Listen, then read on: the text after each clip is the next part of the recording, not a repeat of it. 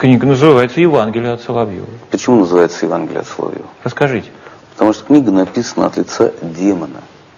И Евангелие она, потому что она благая весть для демона, которым является приход Антихриста. В этой книге есть два демона. Первый демон – это Владимир Соловьев, второй демон – это Билл Гейтс. И они служат Антихристу.